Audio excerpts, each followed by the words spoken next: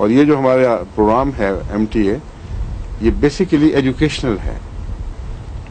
یہ کسی ایک فرقے کا پروگرام حقیقت میں نہیں ہے، بلکہ اسلام کی عالمی شکل میں جو بین انسان کو فائدے پہنچانے چاہیے ہمیں، اس کی نمائندگی کر رہا ہے.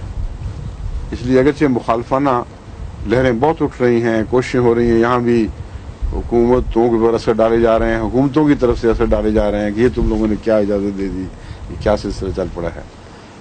لیکن معقول انسانوں نے اس کو رد کیا ہے. وہ کہتے ہیں ایجوکیشن پروگرام ہے، کوئی ان کا حق ہے جس طرح سب دنیا کا حق ہے. لیکن اب یہ مقابل پر ایک پروگرام بنا رہے ہیں، اس کا نام بھی انہوں نے اسلامی ٹیلی ویژن رکھنا ہے. اور زیادہ تر ہمیں پتہ ہے، وہ کہتے ہیں غالب میاں کہ قاصد بے شک خط لے کے آئے جتنے، مجھے پتہ کیا ہوگا اس کے اندر. قاصد کے آتے آتے خط ایک اور لکھ رکھوں، میں جانتا ہوں کیا وہ لکھیں گے جواب میں. تو ہمیں علم ہے کہ انہوں نے جواب میں کیا کہنا، گالیاں دینی ہیں، جھوٹے الزام لگانے. تو ہم تو فائدے کے پروگرام جاری کر رہے ہیں، کسی پر ایسا حملہ نہیں کرتے جو وہ کہے کہ ہمارا یہ عقیدہ نہیں ہے. یہ فرق ہے جو دنیا کو ہمیشہ ملحوظ رکھنا چاہیے، اور بہت ہی اہم فرق ہے. ہمیں جب یہ وہابی کہتے ہیں کہ تمہارا یہ دین ہے، تو ہم خدا کی قسمیں کھا کے کہتے ہیں جھوٹ ہے، بالکل ہمارا دین ہے ہی نہیں. جب ہم وہابیوں کو کہتے ہیں کہ یہ تمہارا دین ہے تو کبھی انہوں نے انکار نہیں کیا. جب ہم بریلویوں کو کہتے ہیں تمہارا یہ دین ہے تو انکار کر ہی نہیں سکتے، اور اگر انکار کر دیں ہم مان جاتے ہیں، اچھا کوئی بات نہیں، تم اس پہلو سے بریلوی نہیں رہے. بعض دفعہ سوال کرنے والے آتے ہیں، جب میں کہتا ہوں تم لوگوں کا یہ دین ہے تو کہتے ہیں نہیں ہمارا دین نہیں. میں نے کہا جزاک اللہ، آپ تو پھر احمدی ہو گئے، آپ کا وہی دین ہے جو ہمارا ہے، تو 100 بسم اللہ. لیکن یہ ظلم کہ مذہب کے نام پر ایسی بات کسی کی طرف منسوب کی جائے جس سے وہ بری ذمہ ہوتا ہے، ایک دفعہ تو قابل معافی ہے. اس کے انکار کے بعد انسانی شرافت کا تقاضا ہے کہ اس کو تسلیم کر لے اور اس شخص کے متعلق وہ دوبارہ ضد نہ کرے.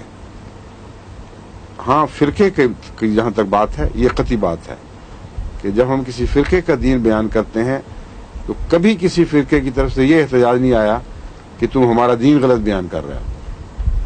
لیکن ہماری طرف سے ہر فرقے کے خلاف یہ احتجاج ہے. بس وہ مذہبی پروگرام جن پر پابندی ہو سکتی ہے عقلاً، وہ صرف اس دائرے کے پروگرام ہیں. اس دائرے تک پابندی ہو سکتی ہے کہ اگر تم نے کسی مذہب سے اختلافی مسئلہ حل کرنے کی کوشش کی، کرو بے شک، ہمیں کوئی دلچسپی نہیں.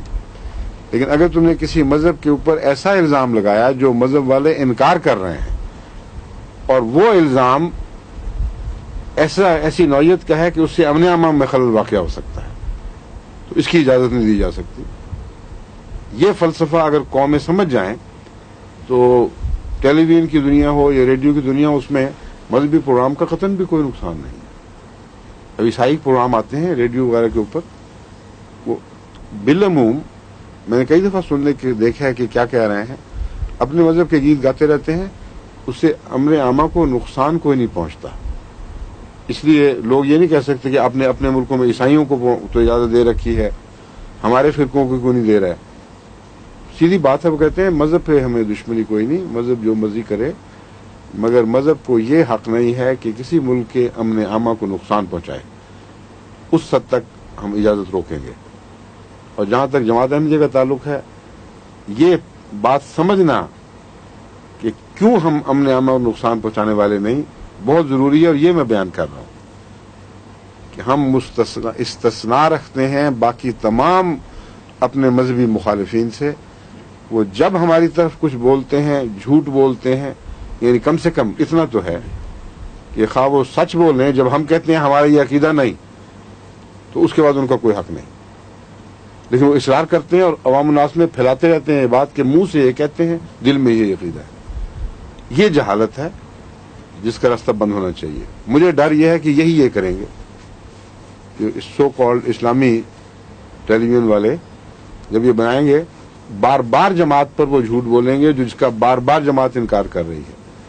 اس لیے جب تک ان کو موقع ملتا ہے، میں چاہتا ہوں کہ اس کے جوابات مؤثر رنگ میں، اعتراضات بین ہی ان کے اعتراضات، اس میں کمی بیشی کوئی نہ کی جائے، بیان کر کے بتایا جائے کہ یہ ہمارا عقیدہ نہیں ہے، یہ جھوٹ ہے، یا یہ جو تحریر پیش کر رہے ہیں ہمارے نزدیک اس کا یہ مقصد ہے، اور وہ مطلب جو اس میں ڈال رہے ہیں وہ اس تحریر کا مطلب نہیں ہے. اگر یہ نکالتے ہیں تو ان کی مرضی، مگر ان کو یہ کہنے کا حق نہیں کہ احمدی بھی یہی مطلب نکالتے ہیں. یہ فرق ہے جو کرنا پڑے گا.